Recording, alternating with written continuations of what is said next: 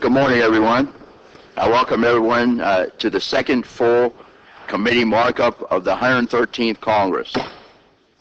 Chairman Miller regrets that he was unable to attend this morning's markup as he is attending the funeral of a retired Air Force Colonel, of course, Colonel Day's funeral in Pensacola, Florida.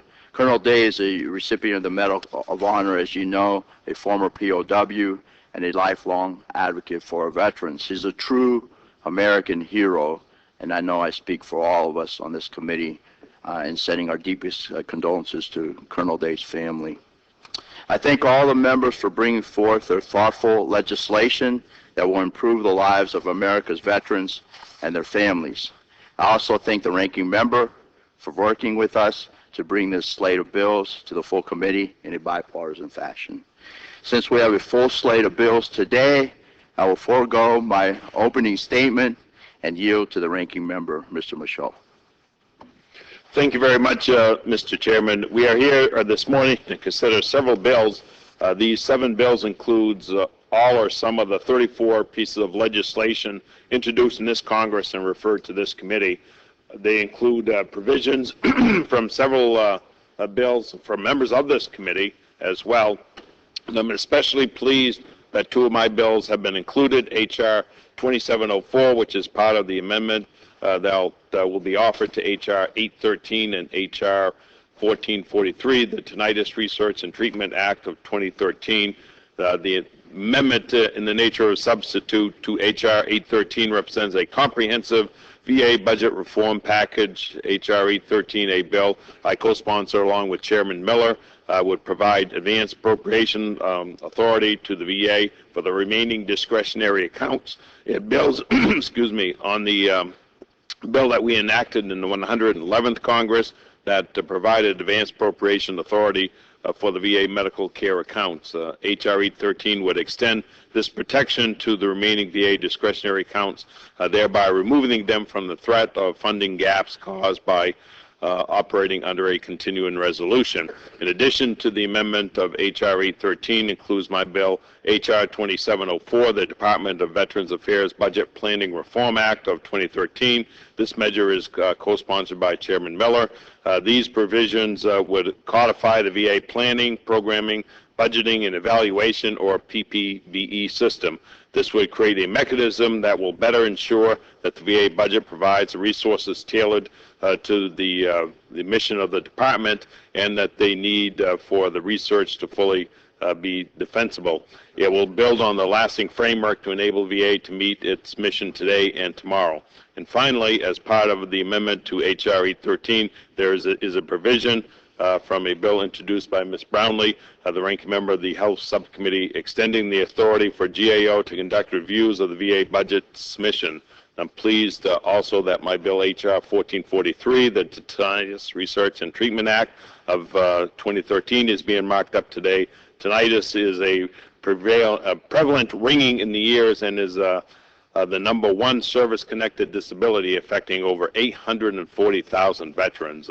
H.R. 1443 will ensure the appropriate resources and efforts to direct towards this issue. The 7 measures will be considered this morning represent the important work of this committee over the last several months. It's been truly a comprehensive and bipartisan effort. I want to thank my colleagues on both sides of the aisle for their hard work and collaboration. I look forward to working with you to get these bills passed on the House and sent to the President. In light of the full agenda this morning, I will yield back. Mr. Chairman, I ask unanimous consent that my full remarks be included in the record. So ordered. Thank you very much. Very good. I now call up H.R. 813. The clerk shall report. H.R. 813, to amend Title 38 United States Code to provide for advance appropriations for certain discretionary accounts of the Department of Veterans Affairs. The bill was circulated in advance pursuant to the committee rules. Without objection, the first reading is dispensed with. The bill is now open for amendment. At any point, I have an amendment in the nature of a substitute at the desk. The clerk shall report. Amendment in the nature of a substitute to H.R. 813, offered by Mr. Bilirakis of Florida. I ask unanimous consent to the further reading of the amendment in nature of a substitute to H.R. 813 be dispensed with. Hearing no objection, so ordered. My amendment would incorporate 4 provisions into the underlying bill. The first, Section 3 of the amendment derives from H.R. 813, would require that beginning the fiscal year 2016, discretionary new budget authority be provided for the fiscal year in advance of the upcoming fiscal year for all VA discretionary accounts. As my colleagues know, VA medical care, 86% of VA's discretionary budget is provided a year ahead of time and has insulated VA health care from delays in enacting the timely appropriations or threats of government shutdowns. Providing the remaining 14% of VA's budget a year ahead of time would do the same for other key areas of service for veterans, such as disability claims processing, cemetery burials, information technology investments, and facility construction. Section 4 of the amendment is derived from Ms. Brownlee's legislation that would extend for 3 years the requirement for the GAO to review VA's annual medical care budget submission. It would permit the Committee on Veterans Affairs to work with GAO regarding the timing and scope of GAO's review. In these difficult fiscal times, GAO has been invaluable in helping Congress to better understand how VA's budgets for then allocates its health care spending. This section would continue that collaboration. Section 5 of the amendment is derived from the ranking member's legislation to require VA to submit to Congress greater detail regarding its resource requirements over, at a minimum, a 5-year period. It would require a strategic review of veterans programs every 4 years to ensure that an appropriate strategy is in place to meet our commitment to veterans, to include recommendations regarding how that strategy will be met. It would establish within existing resources a Chief Strategy Officer as the Secretary's principal advisor on long-range strategy and the implications of that strategy. And finally, it would direct an organizational study of the VA to ensure that it is optimally structured to best ensure the Secretary can deliver effective services to veterans. Finally, Section 6 of the amendment provides the offset necessary to pay for any administrative costs associated with Section 4 and 5. That offset, a 5-year moratorium on executive bonuses, was previously approved by the committee. I should note that CBO advises that Section 3 of the bill is scored to reflect the exact amounts it expects VA will receive for the discretionary accounts proposed for advanced funding. Thus, the amendment is not authorizing any more or less than what CBO expects Congress will provide when it enacts appropriations bills for VA in the years to come. I thank my colleagues for their support, and I urge adoption of the amendment. Is there any more discussion on the amendment in the nature of a substitute and H.R. 813? Ms. Brownlee, you're recognized for 5 minutes. Thank you, Mr. Chairman, and I want to thank you and Ranking Member Michaud for holding this markup today, and I'm very happy H.R. 806 is included in today's markup. This important legislation extends the requirement for GAO to review the accuracy of advanced appropriation requests for veterans programs by 3 years. I think as we continue to draw down from 2 wars in the Middle East, accuracy will remain essential to providing appropriate care to our nation's veterans. As members of this committee, it's our duty to ensure veterans always receive their benefits in a timely and effective and efficient manner. So thank you again, Mr. Chair, and I yield back. Okay, nothing further. Since no other amendments were timely filed, the question now occurs on the amendment in the nature of a substitute to H.R. 813. All those in favor say aye. Aye. All opposed say no. The ayes have it, and the amendment in the nature of a substitute is agreed to. Is there any more discussion on the bill as amended? Okay. Hearing none, the question now occurs on the passage of H.R. 813 as amended. All those in favor say aye. All opposed, no. The ayes have it, I now recognize Ranking Member Michaud for a motion. Thank you, Mr. Chairman. Move that H.R. 813 as amended be reported favorably to the full House. Very good. There's a motion to report H.R. 813 as amended favorably to the House. All those in favor say aye. All opposed say no. The ayes have it, and H.R. 813 as amended is favorably reported to the full House. I now call up H.R. 1804 as amended. The clerk shall report. H.R. 1804 as amended to amend Title 38 United States Code to direct the Secretary of Veterans Affairs The to bill was submit- circulated in advance pursuant to the committee rules. Without objection, the first reading is dispensed with. The bill is now open for amendment at any point. Mr. Chairman, I have an amendment in the nature of a substitute at the desk. The clerk shall report. Thank you. Amendment in the nature of a substitute to H.R. 1804 as amended, offered by Mr. Huelskamp of Kansas. I ask unanimous consent that further reading of the amendment in the nature of a substitute be dispensed with. Hearing no objection, so ordered. The gentleman is now recognized in support of his amendment in the nature of a substitute to H.R. 1804 as amended. You're recognized, sir. Thank you, Mr. Chairman. The amendment in the nature of a substitute to H.R. 1804 consists of three pieces of important legislation recommended by the Oversight and Investigation Subcommittee. Section 1 of the amendment in the nature of a substitute contains the Travel Transparency Act, which would require the VA to provide semi-annual reports to Congress that would include the purpose of each trip, the destination cost, name, and the title of each employee traveling. This reporting requirement would apply to foreign trips funded by the federal government as well as non-federally funded foreign and domestic trips. Section 2 would require all VA medical facilities to report diagnoses of infectious diseases as defined by the Centers for Disease Control and Prevention in accordance with the laws of the state in which the facility is located. Currently, all VA medical facilities are exempt from state-mandated reporting requirements, creating a hole in national infectious disease surveillance and putting veterans and the communities they live in at risk. This reporting requirement would bring VA facilities into line with all other hospitals who must report diagnosed cases of reportable infectious diseases. Where the VA fails to comply with these requirements, the Secretary could take appropriate personnel action against the offending employees. VA hospitals should be held to the same standards as their non-federal counterparts, and this section would help ensure that. Mr. Chairman, the third section would require the VA to prescribe regulations to ensure that during the course of medical treatment that the VA does not record the activities of a patient without his or her full and informed consent.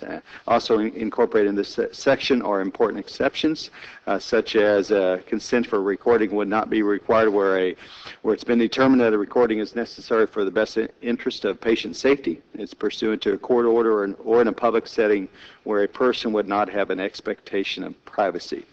Each of the sections of this bill would enhance the accountability of the VA and make the VA a better place and safer place for our veterans. And I ask my colleagues for your support, and I yield back, Mr. Chairman.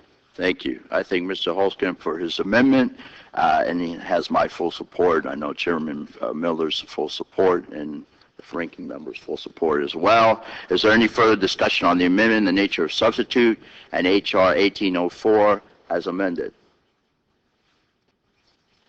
Okay, since no other amendments were timely filed, the question now occurs on the amendment in the nature of a substitute to H.R. 1804 as amended. All those in favor say aye. Aye. All opposed say no. The ayes have it, and the amendment in the nature of substitute is agreed to. Is there any more discussion on the bill as amended? Hearing none, the question now occurs on passage of the bill H.R. 1804 as amended. All those in favor say aye. Aye. All opposed say no. The ayes have it. I now recognize the ranking member, Mr. Michaud, for a motion. Thank you, Mr. Chairman. Move that H.R. 1804 as amended be reported favorably to the House. Very good. There is a motion to report H.R. 1804 as amended favorably to the full House. All those in favor say aye. Aye. All opposed, no. The ayes have it, and H.R. 1804 as amended is favorably reported to the full House. I now call up H.R. 2072 as amended. The clerk shall report. H.R. 2072 to amend Title 38 United States Code to improve the accountability of the Secretary of Veterans Affairs to the Inspector General of the Department of Veterans Affairs. The bill was circulated in advance pursuant to the committee rules. Without objection, the first reading is dispensed with. The bill is now open for amendment at any point. Mr. Chairman, You're recognized, sir. I have an amendment in the nature of a substitute at the desk. Very good. The clerk shall report. Amendment in the nature of a substitute to H.R. 2072 offered by Mr. Benishek of Michigan. Very good. I ask unanimous consent that further reading of the amendment in the nature of a substitute is dispensed with. Hearing no objection, so ordered. And you're recognized, Dr. Benishek. You're recognized to support in support of your amendment in the nature of a substitute. Thank you, Mr. Chairman. Before I begin, I'd like to ask unanimous consent to modify my amendment in the nature of a substitute to H.R. 2072, the Demanding Accountability for Veterans Act, by incorporating in the appropriate place the text of the amendment filed yesterday pursuant to committee rules by Mr. Flores of Texas. The amendment filed by Mr. Flores would provide an additional $3 million offset to ensure compliance with House protocols by extending existing authority for the Department of Veteran Affairs to receive information from the Internal Revenue Service for pension income verification purposes from September 30th, 2016 to May 31st, 2017. Is there any objection? So ordered. I thank Dr. Benishek for his amendment, and I recognize him. Yes. Thank you. The amendment in nature of a substitute to H.R. 2072, the Demanding Accountability for Veterans Acts, includes the legislative language of four bills: H.R. 2072 as introduced, H.R. 2726, H.R. 2065 as amended, and H.R. 1612, which were considered at the Subcommittee on Health Markup on July 23, 2013. Section 3 of the amendment would require the VA Inspector General to determine whether appropriate action has been taken by the VA in response to an IG report concerning public health or patient safety by the date specified in the applicable VA action plan. It would require the IG to notify the House and Senate Veteran Affairs Committee and the Secretary of any failure of the Department to respond appropriately. And it would require the Secretary, following such notification, to report the names of the managers responsible for implementing the Department's relevant action plan to the IG within 15 days, and prohibit the IG from making those names public. It would also require the Secretary to promptly notify each responsible manager of an issue in a covered report, direct that responsible manager to resolve the issue, and provide such manager with the counseling and mitigation plan to resolve the issue. It would also require the VA to include an evaluation of whether or not the manager took appropriate action to a covered report in his or her performance review, and would prohibit the VA from paying a bonus or a performance award to any responsible manager if an issue in a covered report is left unresolved.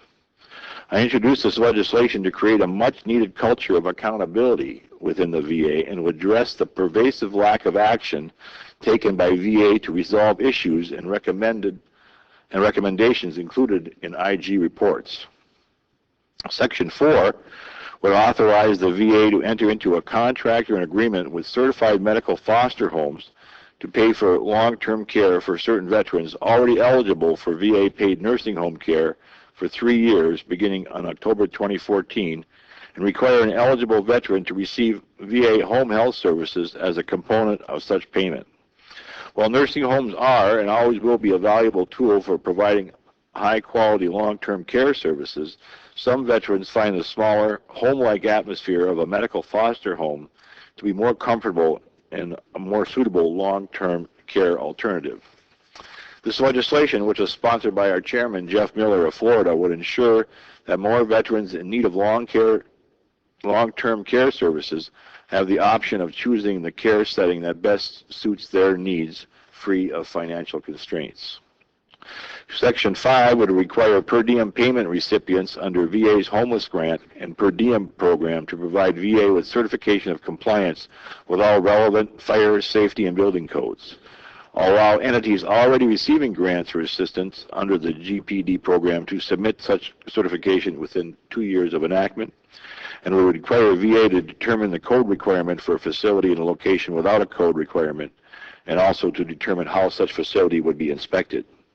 Would also require the VA to include an accounting and evaluation of the safety and accessibility of facilities used for homeless veterans in the annual report on assistance to homeless veterans. This legislation was sponsored by Representative David McKinley from the 1st District of West Virginia to address serious safety concerns he, a licensed civil engineer, witnessed firsthand at homeless facilities receiving per diem payments from the GPD program. I would note that this provision does not place any additional burden on per diem recipients, as they are already required to meet code requirements under the VA's Notice of Funding Availability. However, it does provide Congress, veterans, and other stakeholders additional assurance that the facilities serving our most vulnerable veterans are at the very least safe spaces for our veterans to rest. Section 6 would extend the current rate of certain VA housing loan guarantee funding fees from October 1st, 2017 to October 1st, 2018. Section 7 would direct the VA to convey to Tuskegee University in Alabama specified real property at 2400 Hospital Road in Tuskegee for the purpose of permitting the university to use the property to further the education and general welfare of its students. This legislation was sponsored by Representative Mike Rogers from the 3rd District of Alabama. Section 8 would extend the authority of the VA to receive information from the Internal Revenue Service for pension income verification purposes from September 30th, 2016 to May 31st, 2017.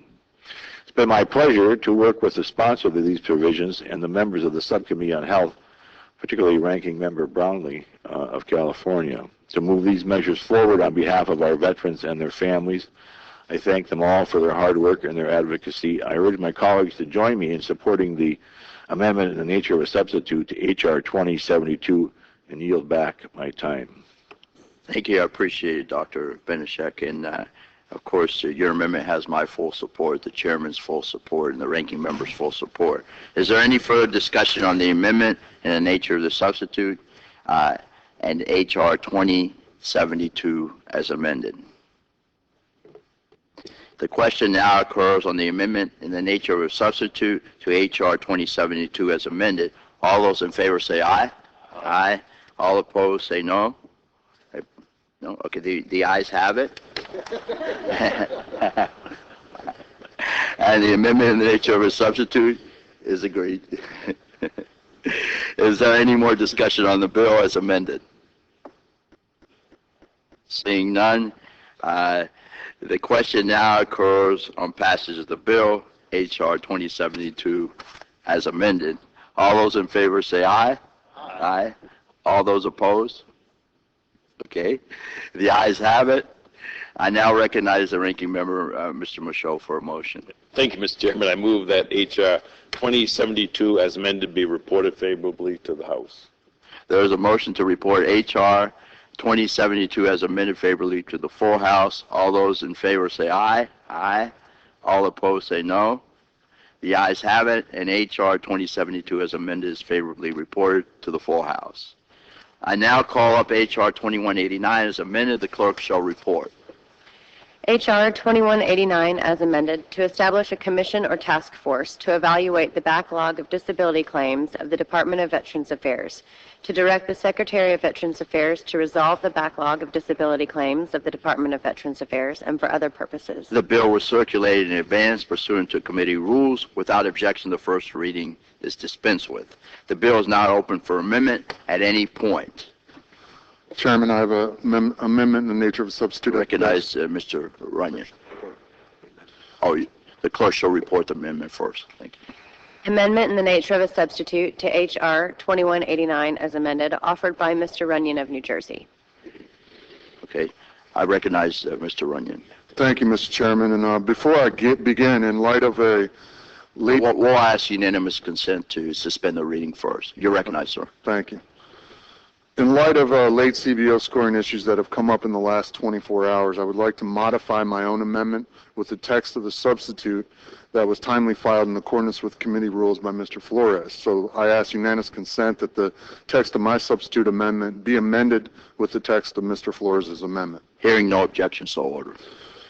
Thank you, Mr. Chairman. Before I begin to talk about the text of the bill, I would like to comment briefly on why amending in this manner is necessary. First, I would like to note that the issue with CBO scoring arose in the past 24 hours because VA failed to provide their views and cost estimates on the legislation in question in a timely manner. VA finally provided their views and an incomplete statement of cost estimates 4 days ago, a full month after the DAMA legislative hearing took place and nearly 6 weeks after they notified that the hearing would take place. A section of the amendment of the nature of substitute which passed out of DAMA subcommittee simply stated that the Secretary shall implement applicable, acceptable recommendations for the strategic plan to eliminate the compensation claims backlog. As a reminder, the strategic plan is a VA-generated document that was issued in January of 13.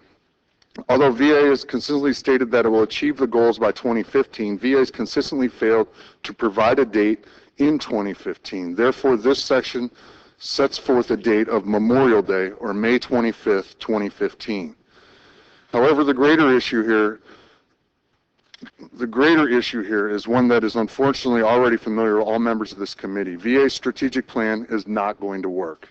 According to CBO, for VA to meet the goal of eliminating the backlog at any point in 2015, there would need to be an increase of funding of up to $8 billion and to increase their workload significantly. I would like to express my frustration and disappointment with the department and its strategic plan, a document they have been encouraging all of us to rely on, despite the fact that it was noted that a GAO report issued last year lacks substance and is devoid of any clear goals or benchmarks. Note, not only is this plan, and I use that term plan loosely, merely a association of various initiatives that the VA has, none of which are being individually tracked. VA has testified both before this committee, and the Senate Veterans Affairs Committee that they do not want or need additional employees or additional funding to achieve their lofty ambition of eliminating the backlog by any date in 2015. As Chairman Miller has stated on a number of occasions, and as I'm going to reiterate right now, it is hard to remember a time that when Congress did not provide the department with everything it asked for, be it funding, personnel, or technology. Still, VA officials have failed to deliver the results they've been promising for years, and now it is obvious that is,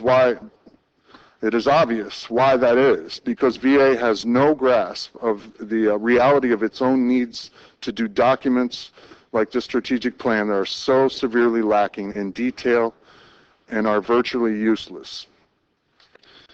It is well past the time for VA to have an honest conversation about its plan to eliminate the backlog and to tell Congress what the department needs in order to execute it. Making overly optimistic projections about when VA can eliminate the backlog does not help the department, and it does not help our veterans. This is a breakdown in honest communication and is not a consequence of partisan politics. It is a consequence of VA's own lack of candor and lack of reality surrounding the current situation. Now, turning to the provisions that are part of the amendment in the nature of a substitute, my amendment in the nature of substitute to H.R. 2189 begins with Chairman Miller's original bill to create a commission or task force to independently analyze the backlog of disability claims and the backlog of appeals and provide recommendations to VA. This bill passed out of the DAMA subcommittee markup on July 17, 2013. This bill has been amended to provide additional details on the separation of duties to the commission or task force, providing specific focus for both backlog of claims and the backlog of appeals. In addition, the amendment in the nature of substitute includes sections of various bills that also passed out of the DAMA subcommittee at the July 17th markup. Title I of the nature and amendment in the nature of a substitute also includes provisions from Mr. McCarthy's bill requiring GAO to file a follow-up report to the one issued on December 2012, noting the deficiencies in the VA's strategic plan. Title I also includes provisions from Mr. Cook's bill regarding priority claims and Ms. Naget McLeod's and Mr. O'Rourke's bill regarding provisions providing notices of claims, processing times, and grant rates. Finally, Title I includes a reporting requirement that includes substantive measures from Ms. Kuster's bill that Veterans Claims Efficiency through Automation Act, and Mr. Rees's bill, which would require the VA to submit a report to Congress on the timeliness in which it receives information from other departments and agencies of the United States. And Ms. Meng's bill, the VA Regional Office Accountability Act.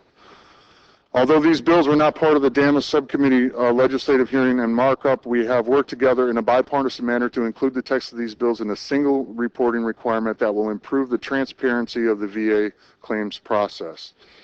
Title II of the amendment in the nature of substitute includes provisions from my bill to expand the VA's authority to utilize contract examinations for compensation and pension examinations. Mr. Rooney's bill to use a look-back period for pension benefits similar to the look-back period that is used for Medicare, and Ms. Titus's bill, the Pay-As-You-Rate Act. Title II also includes a section that would extend the deadline from November 30, 2016 to September 30, 2017 for pension for certain veterans covered by the Medicaid plans for services by nursing facilities. The extension of this provision would provide substantial offset and would be used to pay for the provisions of this amendment in the nature of substitute. In addition, I would like to note that Ms. Titus's bill, the Pay-As-You-Go Act, was amended to clarify the term intern payment, and this has now been changed to state bifurcated payments to more accurately capture the intent of the bill, which is to provide financial decisions on issues that are ready to rate, while other issues are part of the claim remain pending. Finally, Mr. Rooney's bill regarding veterans' pensions has also been amended to make an exemption for special needs trusts during the look-back period. Such language likewise tracks with the policies currently in place for Medicare. Title III of the amendment in the nature of a substitute includes provisions from Mr. Gibson's bill reviewing the operation of certain ships during the Vietnam era, Mr. Butterfield's bill providing methods for validation of certain service consideration to be active service for merchant marines, Mr. McIntyre's bill designating American World War II city each year, and Mr. Lynch's bill regarding observance of a 2-minute moment of silence on Veterans Day. The portion of Mr. Gibson's bill that has been amended to reflect, for purposes of this section, the definition of Vietnam service is consistent with the definition provided in Title 38 United States Code, Section 1116F. As I noted earlier, we have worked together in a bipartisan manner to produce this amendment in the nature of substitute. I support these provisions, and I urge all my colleagues to join me in that support, and I yield back. I thank Mr. Runyon. His amendment has my full support of Chairman Miller and the ranking member. Is there any further discussion on the amendment in the nature of substitute and H.R. 2183, 89 as amended? Yes, you're recognized. Yeah, you're recognized. Yes. Ms. Oh.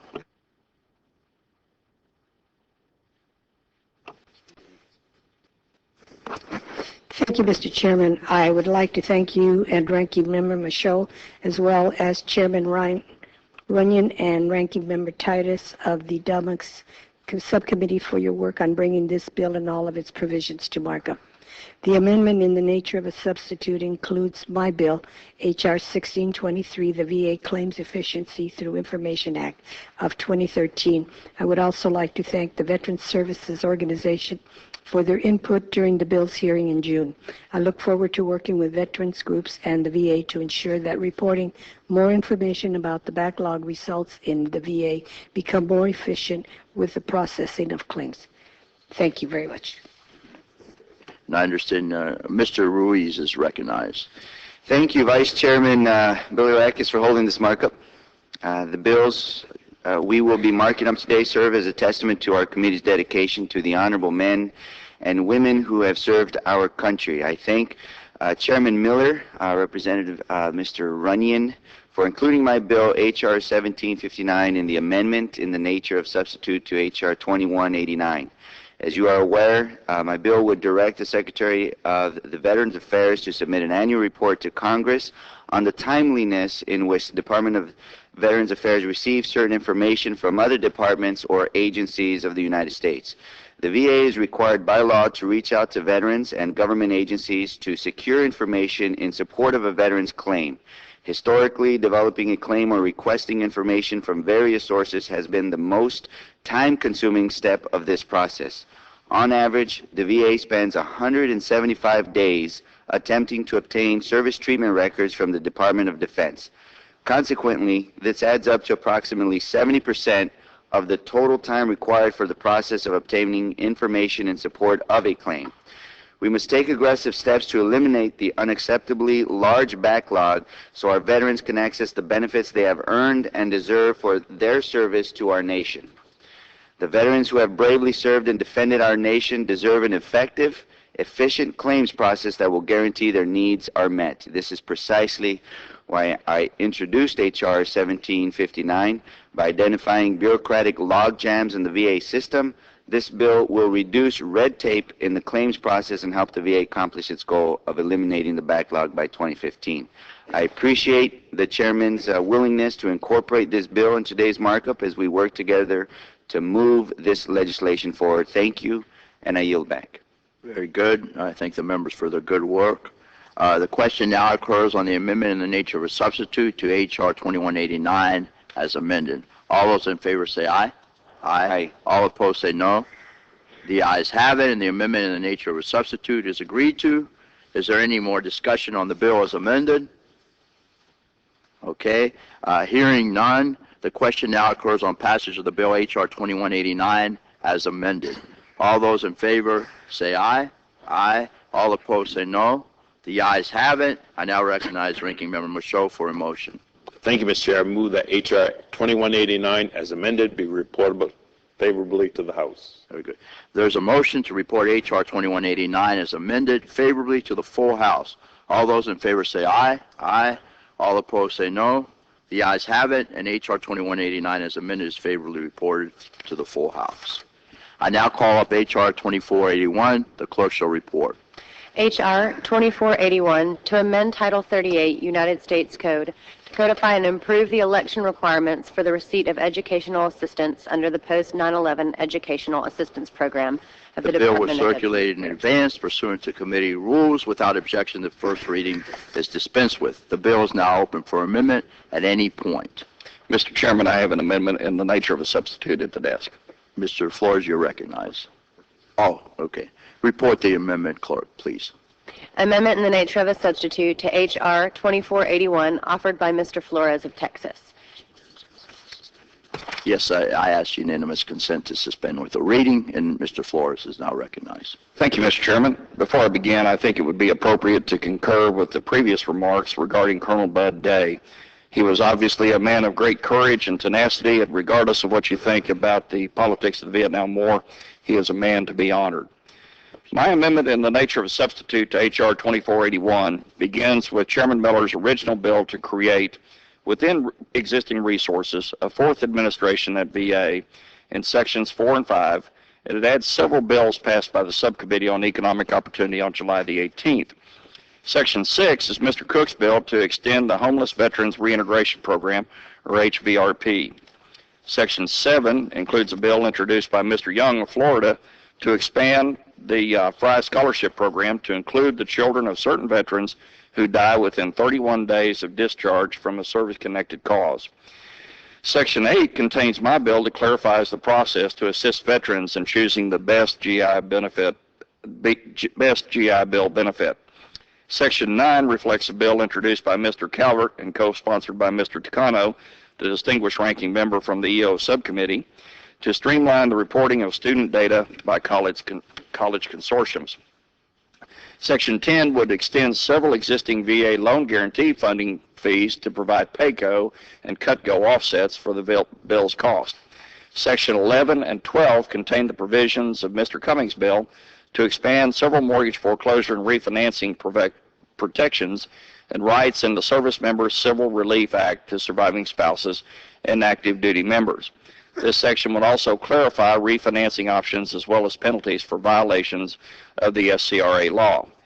The final section would amend SCRA to protect child custody agreements of service members while they are deployed. We also needed to make some changes to effective dates to some of the sections since the EO subcommittee markup to meet PAYGO requirements. I support these provisions and I urge my colleagues to join me in support. I yield back. Very good. I thank the gentleman for his amendment in nature of a substitute, and he has my full support, as well as the Chairman Miller and the ranking member. Is there any further discussion on the amendment in nature of a substitute to H.R. 2481? Since no other amendments were filed, the question now occurs on the amendment in the nature of substitute to H.R. 2481. All those in favor say aye. Aye. All opposed say no. The ayes have it. The amendment in the nature of substitute is agreed to. Is there any more discussion on the bill as amended? Hearing none, the question now occurs on passage of H.R. 2481 as amended. All those in favor say aye. Aye. All opposed say no. The ayes have it. I now recognize the ranking member, Mr. Michaud, for a motion. Thank you, Mr. Chairman. Move that H.R. 2481 as amended be reported favorably to the House. There's a motion to favorably report H.R. 2481 as amended to the full House. All those in favor say aye. Aye. All opposed say no. The ayes have it, and 2481 as amended is favorably reported to the full House. I now ask unanimous consent to consider H.R.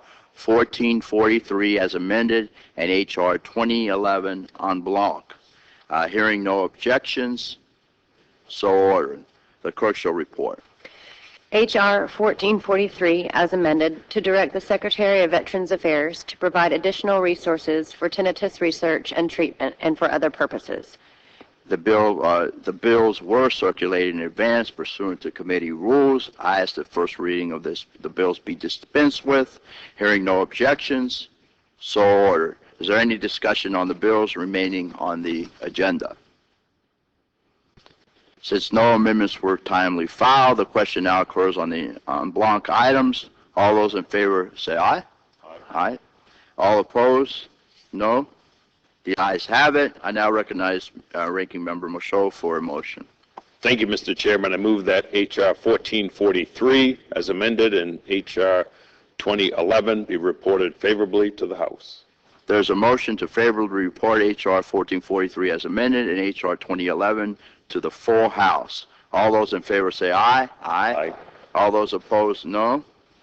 The ayes have it, and H.R. 1443 as amended and H.R. 2011 are favorably reported to the full House. Summarizing today's votes, the committee has voted in favorably to report H.R. 813 as amended, H.R. 1804 as amended, H.R. 2072 as amended, H.R. 2189 as amended, H.R. 2481 as amended, H.R. 1443 as amended, and H.R. 2011 to the full House. I ask unanimous consent that the committee staff be authorized to make technical, clerical, and conforming changes to the bills favorably reported today. Hearing no objection, so ordered. I also ask unanimous consent that all members have 5 legislative days in which to revise and extend the remarks on any of the bills reported favorably today. Hearing no objection, so ordered. I think. Yes. Yeah, I'd like to recognize Ranking Member Mr. Michaud before we close. You're recognized, sir. Thank you very much, Mr. Chairman. I'd be remiss if I did not thank the majority staff as well as the minority staff and the ranking members and chairs of all the committees today. If you look at the number of bills we dealt with, it's there's 34 bills that we dealt with, which is astronomical. And I know the staff on both sides did a phenomenal job in putting all this together. So I do want to thank them, Mr. Chairman, for all their hard work and effort, because I know it's not an easy task to deal with 34 bills in this markup, and you did it in record pace as well, I might add. So thank you very much, Mr. Chairman. I yield back. I concur. The staff is outstanding, and it's great when we work in a bipartisan fashion.